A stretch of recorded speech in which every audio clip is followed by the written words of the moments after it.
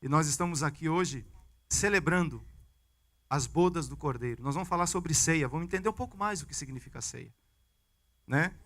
E vamos profetizar e proclamar que um dia, essa ceia que nós estamos fazendo aqui como corpo de Cristo, um dia nós estaremos diante dele, diante do Rei dos Reis e Senhor dos Senhores. Lá as vestes são de linho fino, são as vestes dos santos, e naquele dia nós vamos poder olhar nos olhos dele.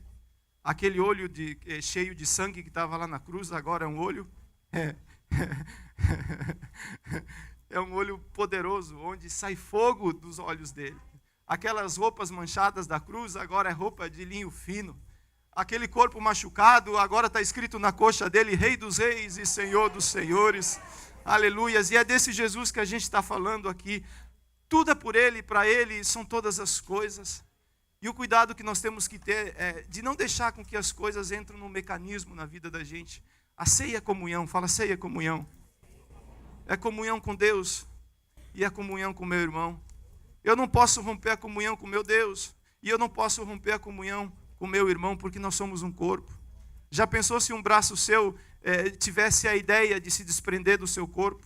Falar, vou morar em Nova York, fica aqui na Flórida que eu vou morar em Nova York. Já pensou você andando por aí com um braço só e explicando para as pessoas o que aconteceu com um outro braço seu? Ele desistiu de mim. Seria triste demais, não seria? Né? Mas fala para a pessoa que está do seu lado, isso não vai acontecer comigo. Olha para ela, olha para a pessoa que está do teu lado e fala assim, eu não vou desistir de você. Mesmo que você queira morar em qualquer lugar, nós somos corpo. Você só vai ser feliz. Escuta o que eu vou falar para você. Olha para mim aqui. Você só vai ser feliz, sabe quando? Quando você entender que você é corpo de Cristo e você tem que viver como corpo de Cristo. Não tem jeito. Esse é o propósito eterno de Deus, de ter uma família de muitos filhos semelhantes ao Rei, ao nosso Senhor Jesus Cristo. Tudo aquilo que Jesus pede para você fazer, Ele fez primeiro, glória a Deus. Se Ele pergunta para você perdoar, é porque Ele te perdoou. Se Ele pergunta para você ter paciência, é porque Ele teve muita paciência comigo e com você. Se Ele pergunta para você conhecer a palavra, é porque Ele é o verbo de Deus. Tudo aquilo que Jesus pergunta para a igreja fazer, Ele se ofereceu como modelo. Amém? Então Ele quer que nós, como igreja, venhamos nos oferecer como modelo também, para que aí sim nós podemos ser luz do mundo e sal da terra. Você é o modelo que Deus escolheu para manifestar a glória dEle nesse momento. E é isso que nós vamos falar hoje, sobre ceia. Ceia parece que é um memorial triste, não é. Ceia é um lugar onde nós celebramos a vitória de Cristo. Porque na sexta-feira Ele morreu, sim, por causa dos meus e dos seus pecados. E todos os nossos pecados foi levado para aquela cruz. E porque Ele carregava sobre Ele todos os pecados da humanidade, Ele teve que descer ao Hades, porque lá naquele lugar Ele tinha que resolver uma situação que o homem errou, que o homem deixou. Lá no Éden uma pendência.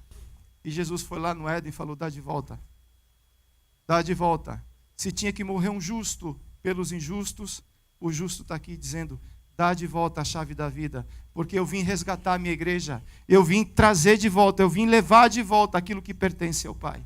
Você é propriedade do Pai, o Pai te comprou com o sangue do Cordeiro, não é nada mais, nada menos do que isso, é o sangue do Cordeiro que está sobre a sua vida. Você crê nisso? Você crê nisso? Amém. Glória a Jesus, amém.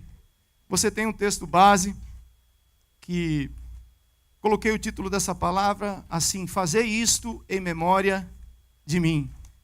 1 Coríntios 11, 24 fala assim, e tendo dado graças, o partiu e disse, isto é o meu corpo, que é dado por vós. Fazei isto em memória.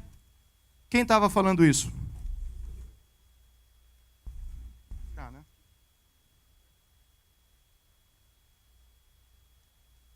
Então quem estabeleceu a ceia foi quem? A ceia não é a ideia de uma congregação ou de uma instituição que tem que celebrar Uma vez por mês, 2 vezes, 3 vezes. A ceia é comunhão, fala ceia é comunhão. E Jesus fala que Ele teria comunhão conosco todos os dias. Ele prometeu isso para nós. A maior comunhão, a maior participação que a igreja tem é estar envolvida, é estar relacionada, é estar dentro do corpo que se chama o corpo de Cristo. Porque todas as bênçãos, tudo que a Bíblia diz que é prometido para mim e para você, é promessa de Deus. Eu creio que tudo isso vai acontecer no seu tempo. Você crê? Você crê que as promessas de Deus, elas já estão liberadas sobre a sua vida? Porém, existe algo que dispara essa promessa sobre mim, que é o ter fé. Eu posso ter uma herança, eu posso ter um grande valor que está disposto para mim receber, né? Mas se eu não faço caso disso, eu recebo? Não. Então, Deus ele te deu uma herança, mas condicionou essa herança à fé. A fé dispara essa herança de Deus sobre você. A fé faz com que aquilo que Deus prometeu, como igreja, aconteça na sua vida.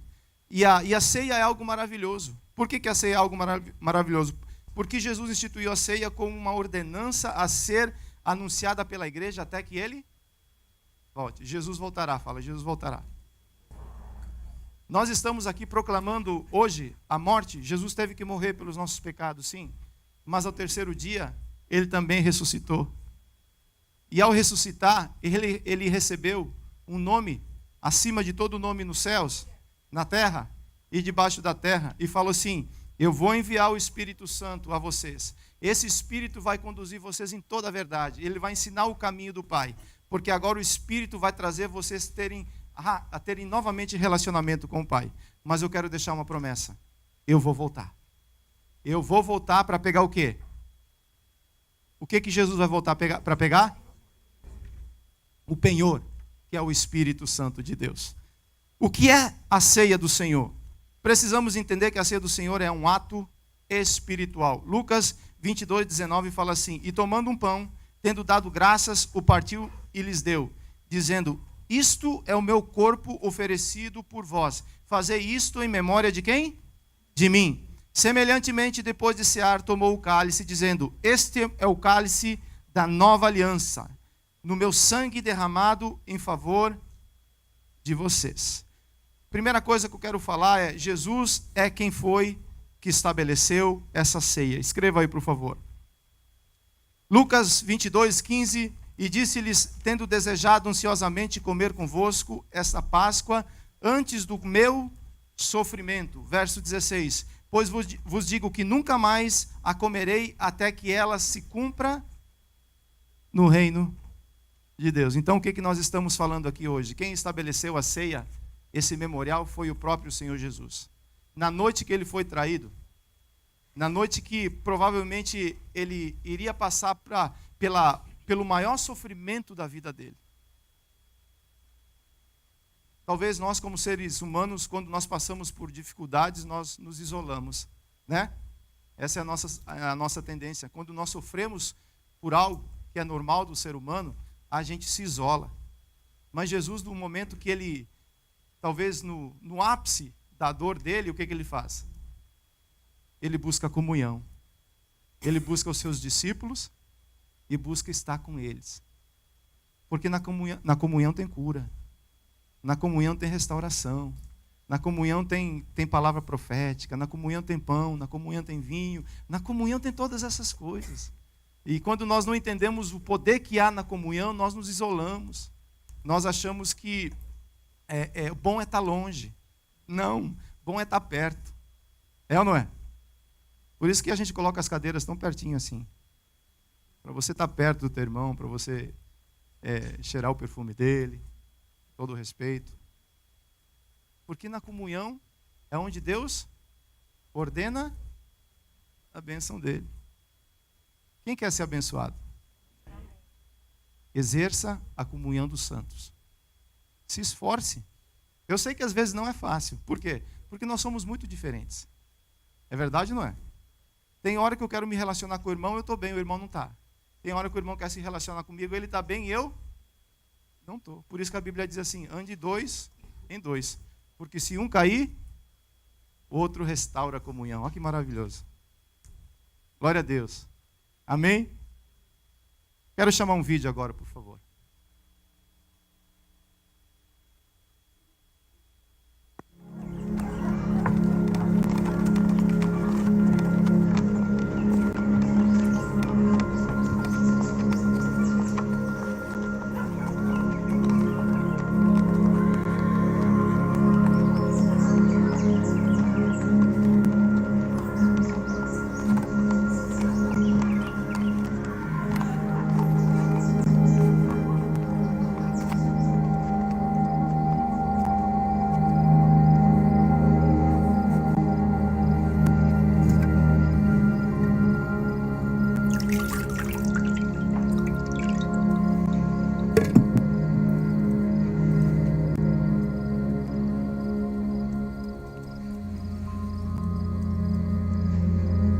Tomai-o e reparti-o entre vós. Porque vos digo que já não beberei do fruto da vide até que venha o reino de Deus.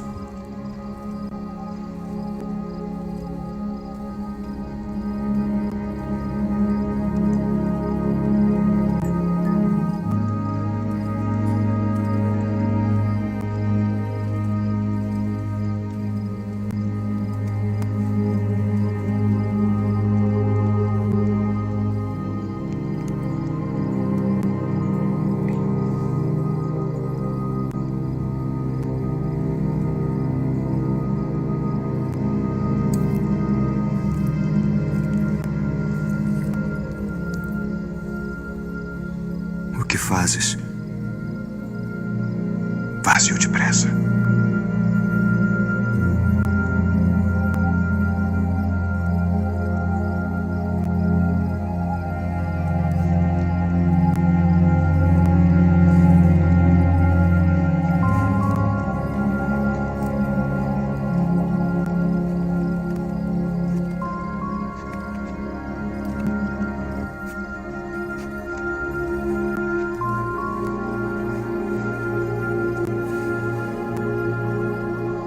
Isto é o meu corpo, que por vós é dado. Fazei isto em memória de mim.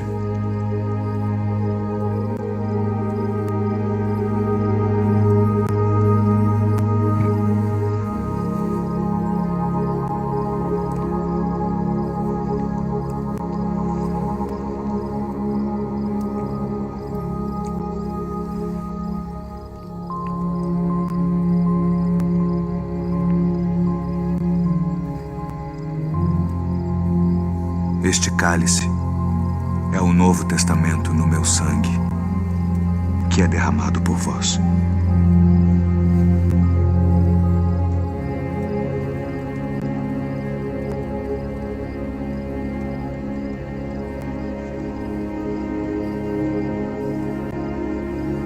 Filhinhos,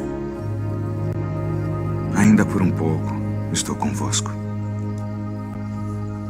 Um novo mandamento vos dou: que vos ameis uns aos outros como eu vos amei a vós, que também vós uns aos outros vos ameis.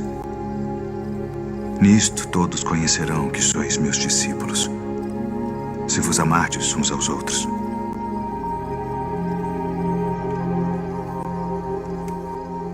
Deixo-vos a paz. A minha paz vos dou. Não vou-la dou como o mundo a dá. Não se turbe o vosso coração, nem se atemorize. Saí do Pai e vim ao mundo. Outra vez deixo o mundo e vou para o Pai. Eis que chega a hora. E agora, que vós sereis dispersos cada um para a sua parte, e me deixareis só. Mas não estou só. Porque o Pai está comigo.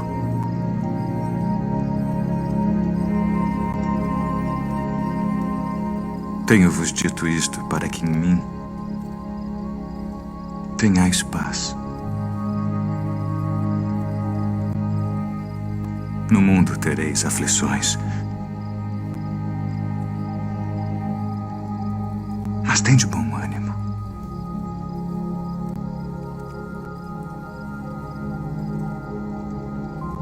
Eu venci o mundo.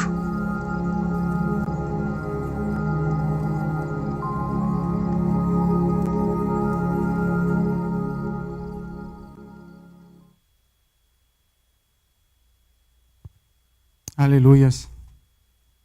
Porque ele venceu o mundo, nós temos o direito de poder fazer parte desse corpo, através do sangue de Cristo. Né? É graça, é favor, não merecido. Não há nada que a gente possa fazer que nos introduza neste lugar. Somente o amor de Deus. Né? A palavra falada, e a Bíblia também diz que nós seremos reconhecidos quando nós nos amarmos uns aos outros. Essa é a nossa identidade. A nossa identidade não é uma boa pregação. A nossa identidade não é os dons do Espírito Santo. Isso tudo vai passar. Eu posso falar em línguas, eu posso profetizar, eu posso pegar tudo que eu tenho e entregar aos pobres. Mas o apóstolo Paulo fala, se eu não tiver amor, nada disso funciona. Né? Então, o que é lindo na caminhada é entender que Deus colocou o amor dele no nosso coração. Esse amor, ele nos supre em todos os sentidos. Ainda que eu não tenha todas as minhas necessidades supridas, o amor de Deus, ele é suficiente para mim. Ele cuida de mim. Ele enviou seu Filho. O que Deus tinha de melhor no céu, ele enviou para a terra, gente. Como uma prova do amor dele ao homem. E Jesus falou nesse vídeo, eu vim do céu para a terra, mas eu tenho um propósito aqui na terra. E porque eu tenho um propósito aqui na terra, eu vou voltar para o céu. O céu é a tua origem. A terra, você vai passar alguns anos aqui, mas a sua origem é os céus. Por isso você tem essa identidade. Enquanto você está aqui na terra, essa deve ser a nossa maior expressão. Se nós nos amarmos como Cristo nos amou, aí sim nós conseguiremos fazer uma grande obra. Porque as barreiras, as paredes do nosso coração, elas são quebradas. É ou não é? Aí não há limite para aquilo que Deus pode fazer através de você. Porque o amor tudo sofre. O amor tem a capacidade de sofrer. Jesus sofreu por nós. O amor tudo espera. Ele esperou pelo dia da tua salvação. É ou não é? O amor suporta. O amor, ele é forte. O amor, ele não é frágil. O amor, ele não desiste. Ele não se vangloria. Ele entende que mesmo que ele ame, ele é simplesmente um servo. Não existe orgulho nele, porque o amor não está em nós, está em Deus. Ele coloca o amor dele no nosso coração. Tudo sofre, tudo crê, tudo espera. Esse é o amor de Deus que quando nós nos deparamos diante dele, nós ficamos sem ter o que falar. É ou não é? Porque ele morreu no meu e no teu lugar. O justo, aquele que não tinha pecado, morreu pelos nossos pecados. Hoje você é bonitinho, você está bem vestido e tal. Mas eu sei que nem sempre foi assim. É verdade ou não é? Eu conheço a história de alguns e conheço a minha história também. Sei que tem uma caminhada larga ainda aí para frente para Deus completar essa obra. Tem ou não tem? Mas o que Deus fez já é fantástico. O Lúcio está que não se cabe dentro dele, né, Lúcio? Segundo ponto, deve ser um memorial. Lucas 22, 19 fala assim, fazei isto em memória de mim. 1 Coríntios 11, 26, porque todas as vezes que comerdes este pão e beberdes o cálice, anunciais a morte do Senhor até que ele, Jesus, voltará. Então, o que nós estamos fazendo aqui hoje? Nós estamos participando da ceia do Senhor, porque eu sou corpo, né? Eu devo participar. Mais na frente a gente vai ver como isso deve ser feito, mas como corpo eu devo participar. Nada te impede de você participar da ceia. Nada. Você entende isso? Por que nada te impede de você participar da ceia? Porque você é corpo de Cristo. Fala, eu sou corpo de Cristo. Terceiro ponto, uma nova aliança. Escreva aí, por favor. A ceia inaugura uma nova aliança. No Velho Testamento, para que pudesse haver remissão de pecados, tinha que acontecer o quê? Um animal tinha que ser morto. E derramar o sangue daquele animal para quê? Para encobrir o pecado do ser humano.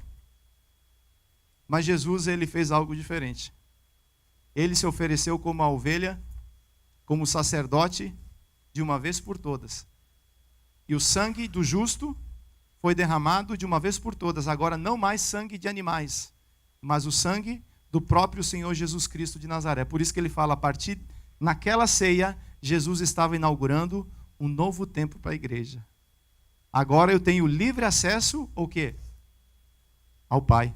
Por isso que ele fala assim, todo aquele que come do meu corpo e bebe do meu sangue tem comunhão comigo. Agora você pode entrar à presença de Deus através do sacrifício de Cristo. Antes não era assim.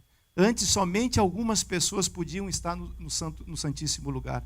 Hoje não. Hoje o véu foi rasgado, de cima a baixo. E como igreja você pode entrar na presença de Deus e falar, papai, eu estou aqui. Eu vim aqui para ter comunhão contigo. Porque o sangue de Cristo, derramado naquela cruz, me deu acesso a este lugar. Me dá acesso a trocar as minhas vestes. Me dá acesso a perdoar os meus pecados. E Ele, que está sentado à direita do Pai e intercede por mim, é o meu juiz. Ele me deixa e me permite que eu entre nesse lugar. E se tem pecado? Ele levanta em meu favor e fala assim, está justificado. O sangue derramado na cruz do Calvário justifica ele, Pai. E o Pai fala, entra então à minha presença, vem estar comigo. Amém? Você entende isso? Eu sei que Deus está nesse lugar. E não é porque o louvor é mais agitado ou menos agitado que a presença de Deus, ela se faz presente. Deus está aqui. Deus está aqui. E Ele quer hoje nos abraçar. Ele quer hoje nos fazer entender que nós somos corpo de Cristo. A morte de Cristo trouxe vida em abundância sobre você e sobre mim. Você entende isso? Aí você pode falar assim, eu não estou vivendo esse momento, mas eu quero dizer que você tem direito a viver isso. Você tem direito a viver o melhor de Deus sobre a sua vida. Mesmo que você esteja passando por adversidade, as circunstâncias não determinam o que Deus pode fazer na tua vida. Né? E por isso eu tenho paz nisso daí. Mesmo que eu não estou vivendo aquilo que eu gostaria de estar vivendo. Mas eu sei que um dia isso acontecerá na minha vida. Amém? Hebreus 10:10 fala assim, nessa vontade é que temos sido santificados, mediante a oferta do corpo de Jesus Cristo. Uma vez, então há santificação por causa do sangue de Cristo. 11. Ora, todo sacerdote se apresenta dia após dia a exercer o serviço sagrado e a oferecer muitas vezes os mesmos sacrifícios, que nunca, jamais podem remover os pecados. 12. Jesus, porém, tendo oferecido para sempre um único sacrifício pelos pecados, assentou-se à destra de Deus. Lá no Velho Testamento o pecado somente era o quê? Encoberto. No próximo ano, a pessoa tinha que voltar lá de novo e oferecer mais uma vez sacrifício para que os pecados que ele cometeu, e todo homem comete pecado, fosse mais uma vez encoberto. Mas quando Jesus morreu, todos os pecados da humanidade foram o quê? Retirados. Os pecados de hoje, de amanhã e de quem ainda vai nascer, já foram retirados através do sacrifício de Cristo. Porém, eu preciso reconhecer o sacrifício de Cristo. Eu sou remido pelo sacrifício de Cristo. Eu não posso me tornar réu do sacrifício de Cristo. Quando que eu me torno réu do sacrifício de Cristo? Quando eu não reconheço aquilo que Jesus Cristo fez na cruz do Calvário. Quando eu vivo uma vida mais ou menos. Sabe como é uma vida mais ou menos? Uma vida que aquilo que eu sei que eu devo fazer, eu não faço.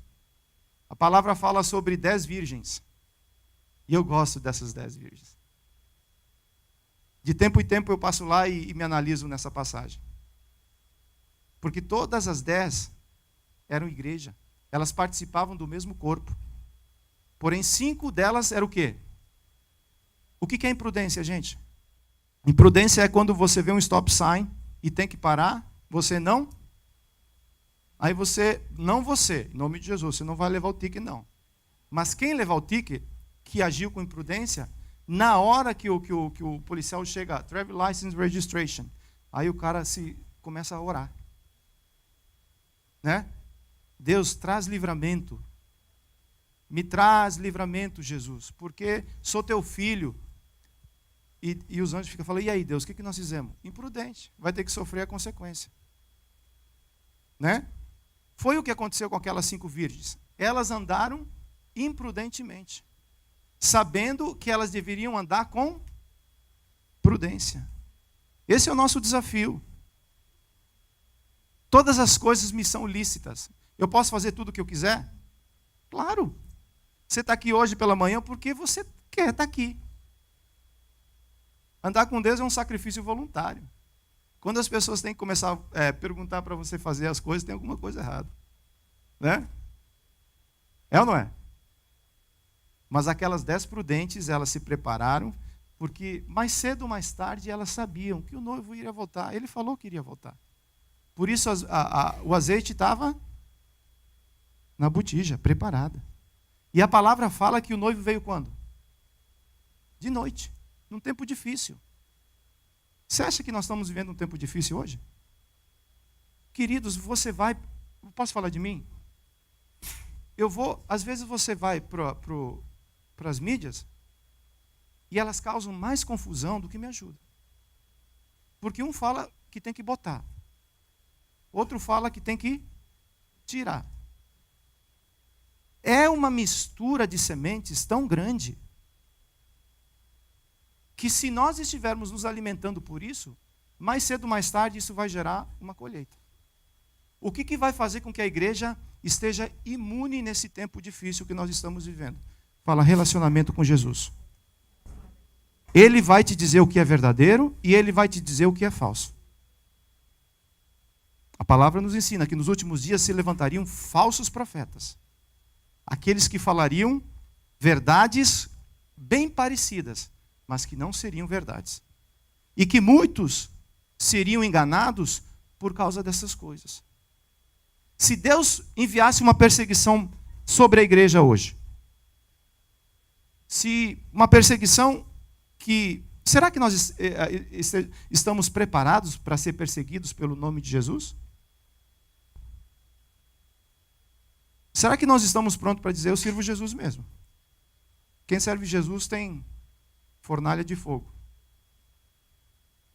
Com fornalha de fogo estamos agarrados, Jesus. Sem fornalha de fogo, estamos juntos do mesmo jeito.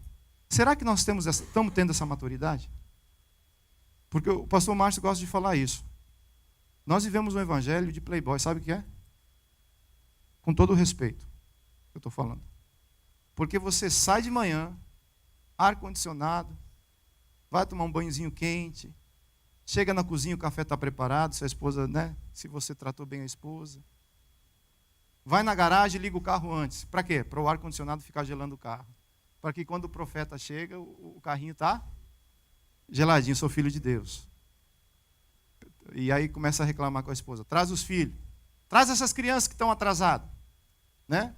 Aí chega na igreja, tem valet park. Estaciona aqui, meu irmão. Né? Entra na igreja, você vai, tá quente aqui hoje, tá não? Né?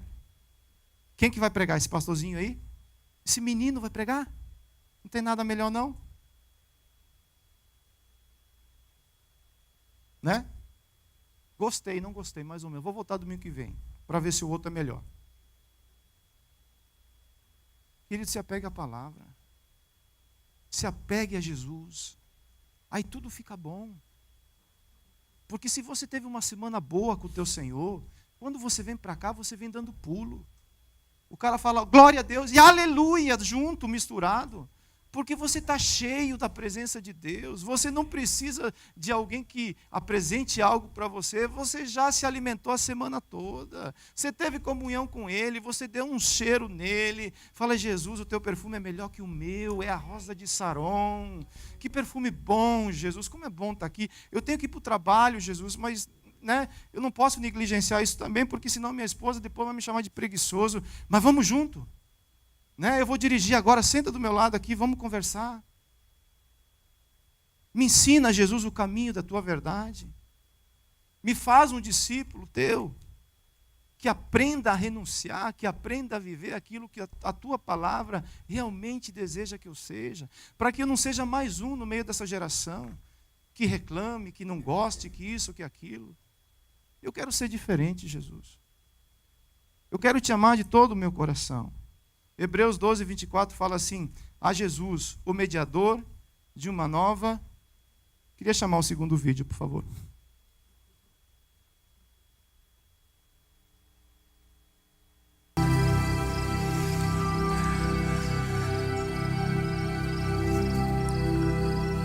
Abba.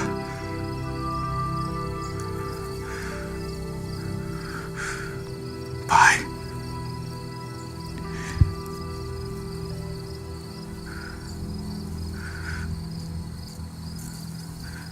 Todas as coisas te são possíveis.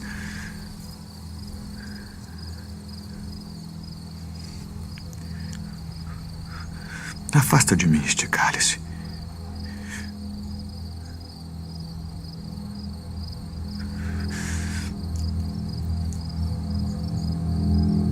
Não seja, porém, o que eu quero, mas o que tu queres.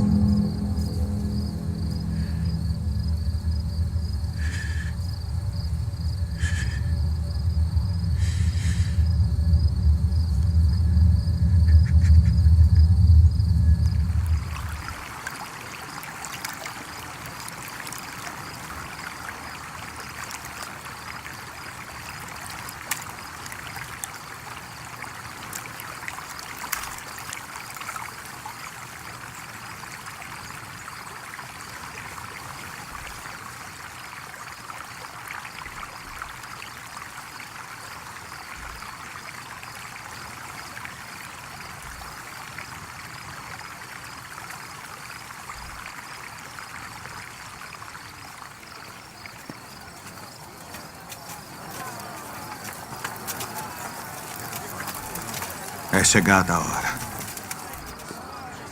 Eis que o Filho do Homem vai ser entregue nas mãos dos pecadores.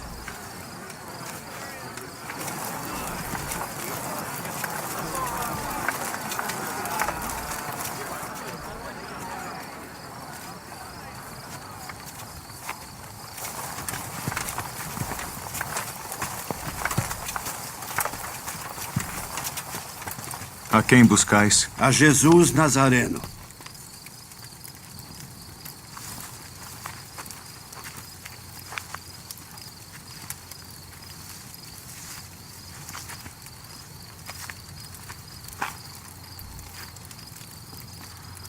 Mestre.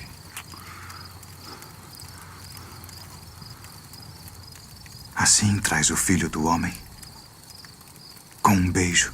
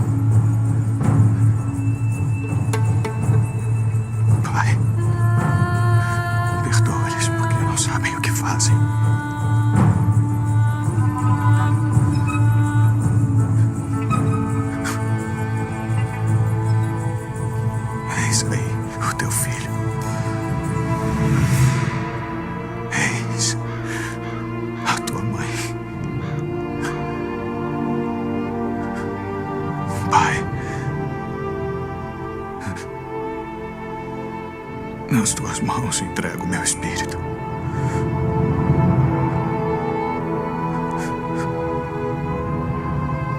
Está consumado.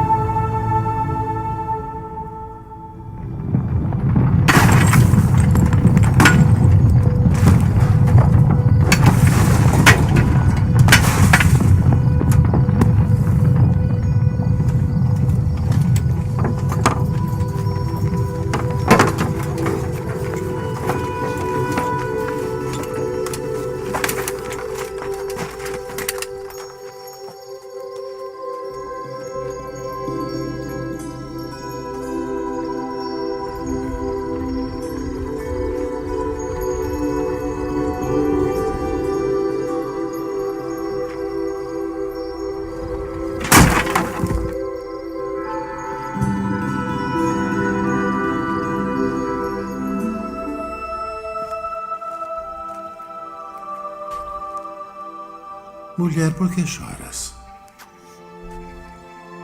Quem buscas? Senhor, se tu o levaste, dize-me onde o puseste, e eu o levarei. Maria, Rabboni, não me detenhas, porque ainda não subi para o meu Pai. Mas vai para meus irmãos e dize-lhes que eu subo para meu Pai e vosso Pai, meu Deus e vosso Deus.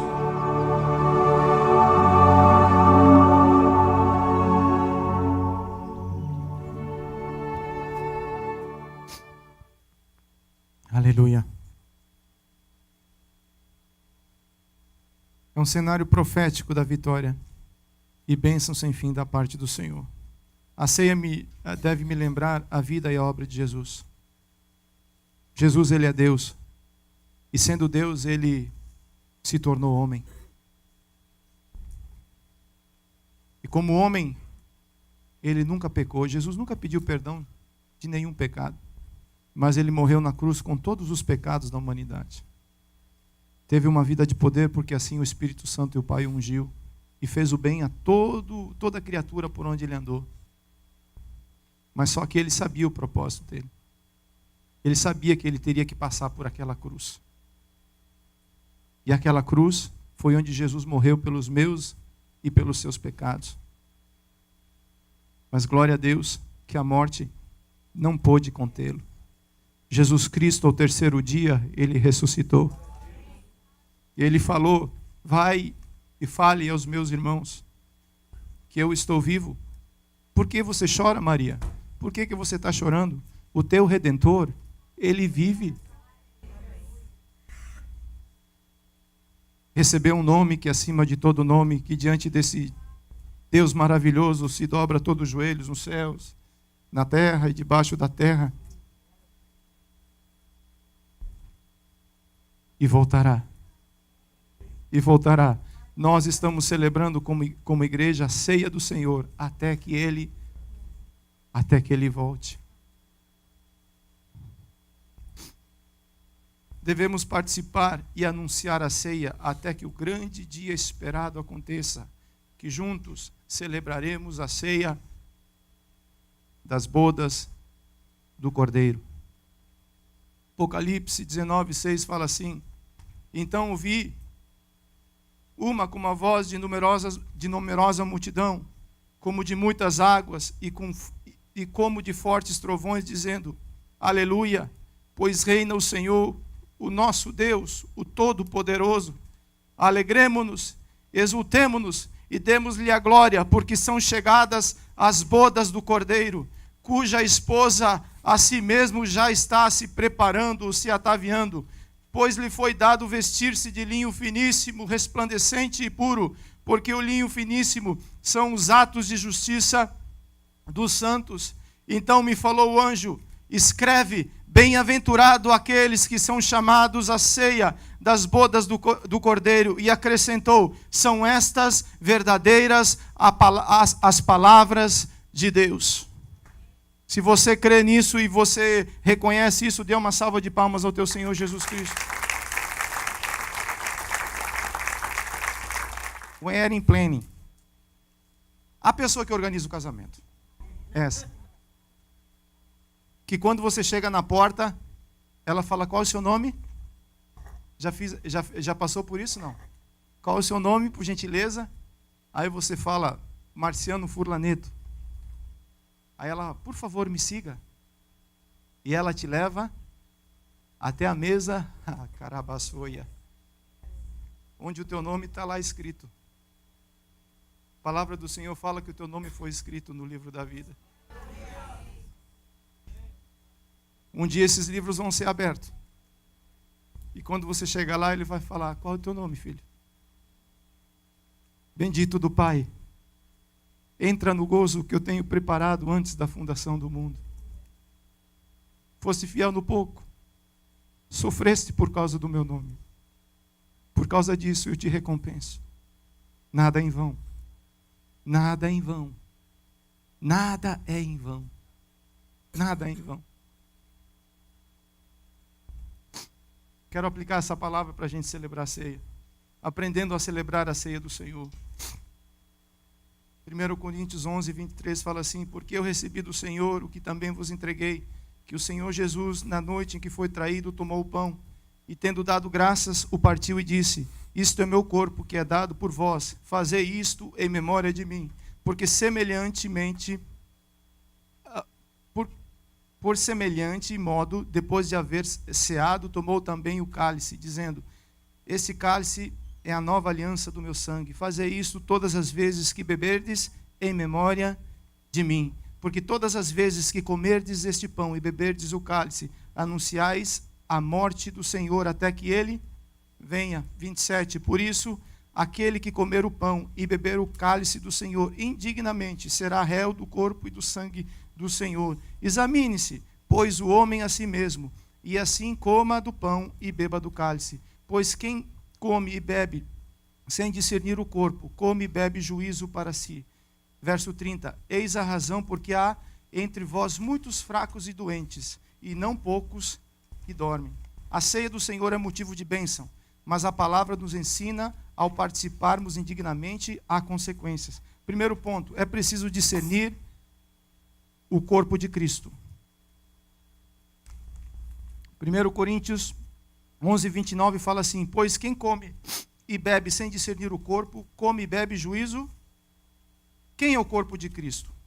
É importante nós entendermos que não há transubstanciação nisso daí. O pão continua sendo pão e o cálice continua sendo cálice. João 6,48 fala assim: eu sou o pão da vida. 51. Eu sou o pão vivo que desceu dos céus. Se alguém dele comer, viverá eternamente. E o pão que eu darei é o pão que eu darei pela vida do mundo e a minha carne. Eu sou o corpo de Cristo, você é o corpo de Cristo. João 2,20 fala assim: os judeus responderam: esse templo levou 46 anos para ser edificado, e o Senhor vai levantá-lo em 3 dias?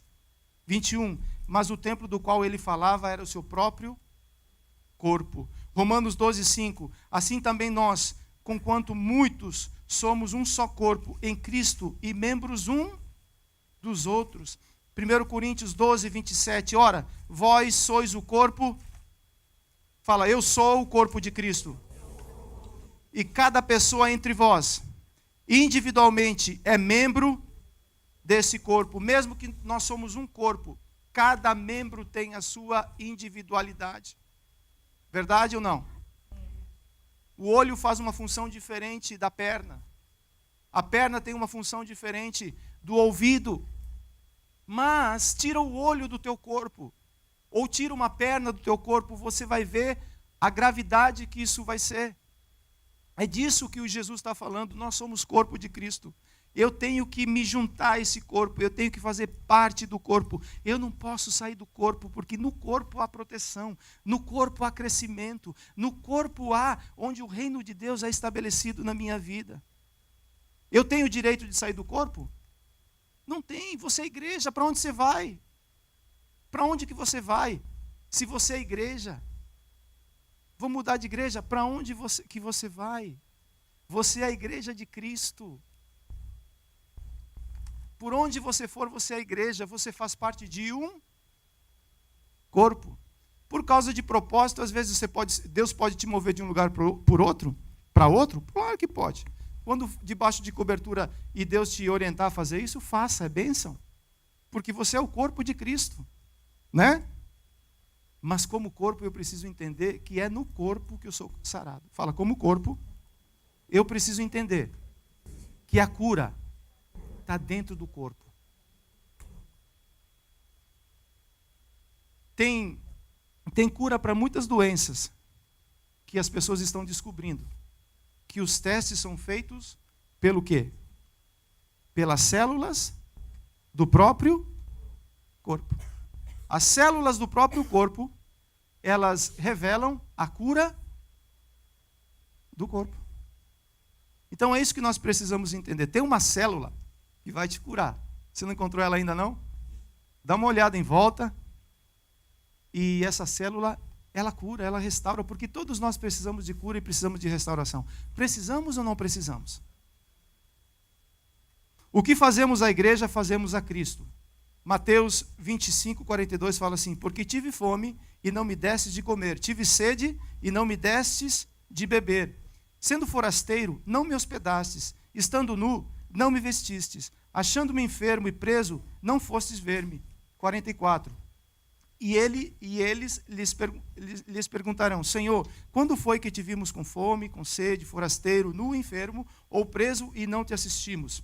Então lhe responderá: em verdade vos digo que sempre que deixastes de fazer a um desses meus pequeninos, a mim deixastes de fazer. Você tem um quadrinho aí embaixo, depois desse texto, não tem? Eu gostaria que você lesse. 1, 2, 3, go!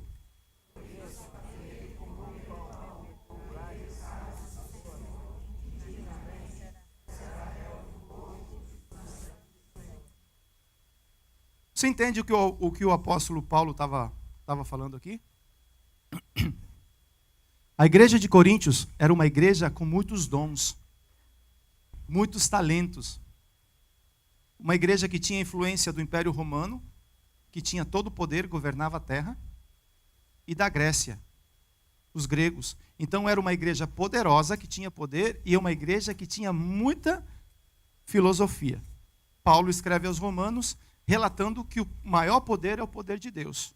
E Paulo escreve a Coríntios, dando a entender a eles que a sabedoria verdadeira vem de quem? Vem de Deus. Só que aquela igreja é uma igreja que cresceu por causa de muitos dons. O apóstolo Paulo ficou mais ou menos 18 meses e estabeleceu aquela igreja lá em Coríntios. E depois ele saiu. E depois que ele saiu, ele começou a relatar o que estava acontecendo na igreja de Coríntios. A igreja de Coríntios era uma igreja que tinha facções. Era uma igreja que tinha divisões. Era uma igreja que tinha muita intelectualidade. Competição. Mas uma igreja que deixou as primeiras obras. Né? E a ceia do Senhor, eles fizeram da ceia um negócio que o apóstolo Paulo fala assim: eu tenho vergonha de relatar o que eu estou relatando. Porque o que tem muito, né, é o Gézão, o Gé, né?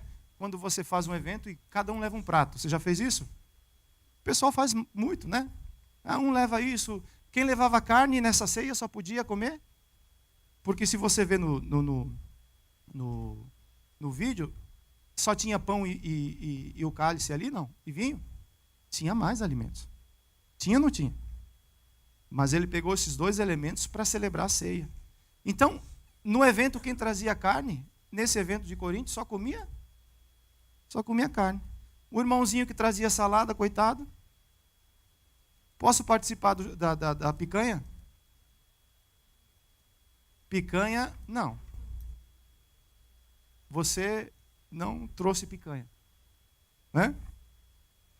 E aí uns praticavam glutonaria, outros ficavam bêbados, literalmente, eu fui estudar essa palavra, é literalmente bebinho. O cara começava a dar vexame dentro da igreja. Você já imaginou isso? Não. Né? E o apóstolo Paulo fala assim, o que eu tenho para falar para vocês é que vocês abandonaram a ceia do Senhor. A ceia que vocês estão fazendo não é a ceia do Senhor. Uns falam que é de Paulo, outros falam que é de Pedro, e outros falam que é de Cristo. Está Cristo dividido? Né? Paulo morreu por você na cruz? Pedro morreu na cruz por você? Eu morri na cruz por você? O pastor Márcio morreu na cruz por você? Nós somos um corpo. Cristo é que morreu por todos nós. É uma igreja que tinha muitos dons, mas que esqueceu de trabalhar a outra parte, que é a maturidade. A unção ela é maravilhosa, ela é boa. Mas se junto com a unção não crescer o caráter, a gente vai largar e vai negociar os absolutos de Deus. Uma igreja cheia de dons, cheia de talento, e o apóstolo Paulo trata eles como o quê? Crianças. Fala, eu queria dar carne para vocês, eu queria dar uma comida mais forte, mas eu só posso dar leitinho. Errou, tratou. Errou, tratou. Errou, tratou. Né? Esse ensinamento é necessário até Jesus voltar. Mas não pode ficar só nisso não, gente. Isso é leitinho. Isso é para entrar na porta do reino. Tem coisa mais sustância. Eu sei que como corpo a gente erra. Há conflitos, não tem jeito, faz parte. Essa igreja era uma igreja cheia de conflitos. Era ou não era? Você fala assim, mas os discípulos não estavam. Eles celebraram a ceia do Senhor e não tinham conflitos. Não? Um vendeu. Outro traiu. Aí começou uma discussão entre eles para ver quem era o maior entre eles. Já que eles entenderam que Jesus ia para, né? Ia para o céu, eles falaram assim, vamos ver quem que vai ser o capitão agora. Né? Quem vai falar em nome de Jesus. Aí Jesus, nesse contexto todo, pega uma toalha, tira a veste dele, a túnica dele, pega uma toalha, uma vasilha e começa a lavar os pés dos discípulos. E os discípulos falam assim, não entendi. Nós estamos querendo saber quem que vai ser eleito o próximo presidente de Jesus, ou o vice. E o tesoureiro já foi, né? Tinha outra vaga que estava aberta também. O tesoureiro já era também. Então tinha umas 3, 4 vagas que, fazendo um bom concurso, rapaz. Ou seja, os discípulos celebraram a ceia do Senhor e Jesus profetizou para eles, falou assim, vocês vão dar certo. Então não interessa, não importa o momento que você está vivendo hoje. Jesus está falando assim, você vai dar certo. Por isso que é graça. Não é porque nós merecemos. Não é porque nós andamos com Jesus que nós temos direito. É porque a graça de Deus nos chama para sentar à mesa. 2. Discórdia entre irmãos. Provérbios 6,16 fala assim, 6 coisas o Senhor aborrece, e a 7ª, a sua alma abomina. 19. Testemunha falsa, que profere mentiras, e o que semeia contenda entre... A 7ª é o quê? Semear contenda. Nós estamos falando esse ano todo sobre o quê? O que está atrás de mim aqui? Tudo aquilo que o homem plantar, também quem semeia contenda vai colher o quê? O mínimo é contenda, porque sempre multiplica para mais. Né? Por quê? Porque não pode ser minha contenda. Você é um pacificador. Fala, eu sou um pacificador. Mesmo que eu não queira. Eu sou um pacificador. Profetize para você mesmo. João 13:35 fala assim: nisto conhecerão todos que sois meus discípulos, se tiverdes amor. Sabe como você vai conseguir se tornar um pacificador? Se eu for impregnado, se eu for encharcado pelo amor de Deus. Se eu estiver cheio de mim mesmo, cheio dos meus conceitos, eu jamais vou conseguir me tornar um pacificador. Eu sou aquele que justifica. Um justificador. Em vez de ser um pacificador, sou o quê? Para você se tornar um pacificador, você vai ter que abrir mão. Você vai ter que ter a capacidade de abrir mão da tua vontade. Você tem essa coragem? Não. Não responda. Para mim ser um pacificador, eu vou ter que ter a capacidade de abrir mão da minha própria vontade. Porque aí eu deixo com que o meu irmão alcance vantagem sobre mim. Ah, mas eu não nasci para isso, não. Queridos, eu vim do meio do futebol. E no futebol as pessoas te treinam para você não perder nem no par o ímpar. Se você perder no par o ímpar, você está em pecado. Porque é para você ser o quê? Vencedor. Você nasceu para isso. Aí você chega no reino de Deus, é o contrário. Até 18, 19 anos eu me resolvia sozinho. Morava sozinho. Ia para cinema sozinho. Jantava sozinho. Depois eu entendi que eu precisava de uma companheira. Aí Deus acrescentou muitos companheiros. Mas é um desafio constante. Você luta contra a tua natureza. Constantemente. Como nós vamos conseguir alcançar isso? É se nós entendermos que eu preciso me tornar um pacificador. Larga o seu, vou usar essa palavra, mas se você acha que ela não é adequada, você tira ela. É legalismo. Sabe o que é legalismo? Justiceiro. Eu sou ruim de argumento. Para mim argumentar, eu jamais seria um advogado, porque todos iriam ganhar de mim. Sou ruim para argumentar. Sou ruim. Aí, como não argumento muito, eu fecho minha cara. Para dizer que eu não gostei. Esse sou eu, gente. Né? Então, o que acontece? Eu tenho que morrer para isso. Eu tenho que entender que eu tenho que me tornar um pacificador. Eu tenho que abrir mão dessa coisa. Eu terei unidade com você sempre que você concordar comigo. Você já viu isso? Não? Vamos andar na paz? Vamos. Se você quiser andar debaixo de paz comigo, você concorda comigo o tempo todo. Porque no momento que você discordar de mim, a paz danou-se. Eu terei unidade com você sempre que você estiver disposto a aceitar tudo o que eu digo. Ou fazer tudo o que eu ofereço. Olha o que Jesus fala.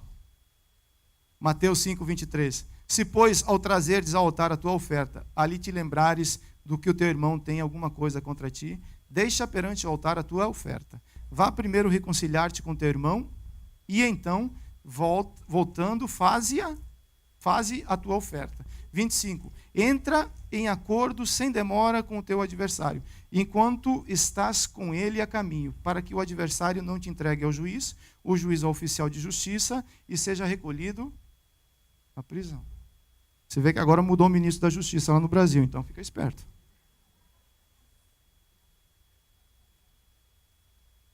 Amar é a maior prova que estamos sendo usados por Deus.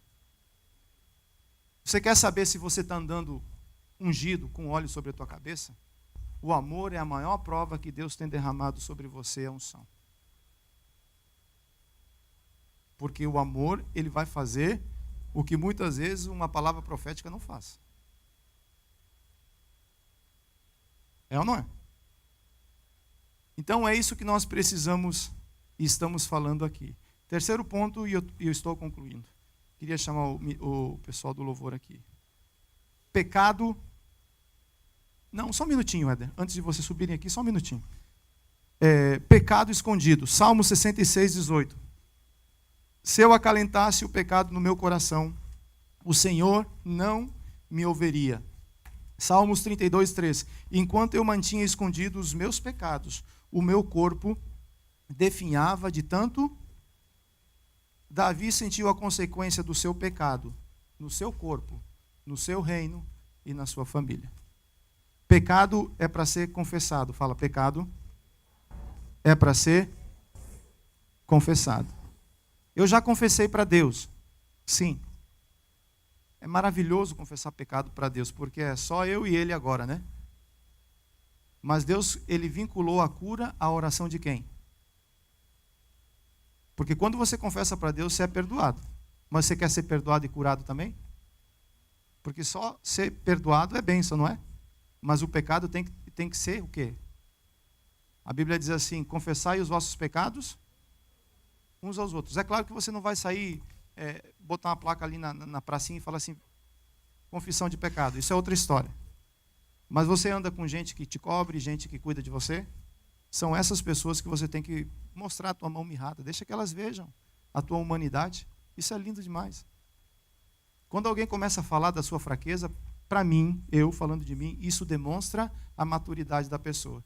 Quem esconde a mão mirrada, sabe quem é? Quando a criança apronta, ela faz o quê? O que você tem aí? Tem nada. Né? E ela está com o telefone da mãe. E o telefone está tocando. Alguém está ligando para a mãe. O que você tem aí? Nada. Nada. O discípulo, atende, discipulador, preciso abrir o coração. Né? Então, mostrar a sua humanidade é grande demais. Deixa que as pessoas vejam que você tem fraquezas. Porque somente é nas fraquezas que o poder de Deus vai se aperfeiçoar. Enquanto nós somos muito aqueles assim, sabe? Não, eu não erro não. Já errou. Já errou. Precisamos entender que somos o corpo de Cristo, que a discórdia entre irmãos machuca o coração de Deus. O nosso pecado oculto nos afasta da bênção de Deus. Entendendo a consequência. Aquela igreja de Coríntios, ela era debilitada, enferma e fraca. Por quê? Porque ela não entendeu que precisava confessar, reconhecer as suas falhas. Conclusão. A orientação é que devemos nos examinar, consertar e participar da ceia, pois a ceia é uma oportunidade de celebrarmos a vitória de Cristo que Ele teve de uma vez por todas. O que é ceia? Ceia não é exclusão. Não, você não pode participar. Ceia é inclusão. Todos devem examinar-se, todos devem olhar para si próprio, para que eu não caia no processo de me tornar um réu do corpo de Cristo. Eu preciso discernir o corpo. E depois disso fazer o quê? Participar, porque na ceia tem cura. Fala, na ceia tem cura. Na comunhão dos santos tem restauração. É isso que nós estamos fazendo. E nós vamos fazer isso agora. Né? Queria chamar o Ministério de Louvor aqui.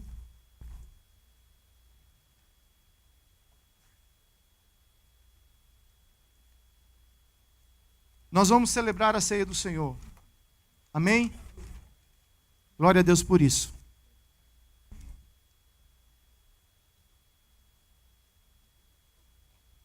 Eu não vou voltar nos princípios da ceia. Nós vamos ser ministrados por uma música, por um louvor. Esse é o seu tempo com Deus. Examine-se o homem a si mesmo. Se porventura você tem alguma pendência com alguém, trate. Vá até a pessoa, talvez não tenha condições de ser hoje, um telefonema amanhã, talvez a pessoa não está nem aqui nesse país, isso é ok. Um Skype, um WhatsApp, um sinalzinho de fumaça, alguma dessas coisas vai funcionar, né? Fala assim, mano, deixa eu falar uma coisa para você. Por um tempo tem sido muito difícil relacionar com você, mas eu entendo que eu sou corpo. Eu tenho que dar certo com você. Então vamos fazer o seguinte, você abaixa teu padrão e eu abaixo o meu também. Para que Jesus entre nesse negócio e conserte a nossa vida. Porque juntos nós precisamos dar certo. Se as pessoas que andam conosco virem que verdadeiramente nós temos uma só voz, e que nós verdadeiramente nos amamos, nós nos tornaremos aquela igreja de Atos Apóstolos, uma igreja que ninguém parava. Uma igreja que dava certo nas casas, uma igreja que dava certo no templo, uma igreja que dava certo na rua. E Deus ia acrescentando, dia após dia, aqueles que eram salvos. Essa é a nossa proposta de igreja, onde eu preciso morrer para viver isso daí. Nós vamos ser ministrados. Gostaria que você tivesse seu tempo com Deus agora, né? Ele que te conhece, eu não te conheço. Deixa que a palavra fale com você. Depois disso, eu quero fazer um apelo de salvação.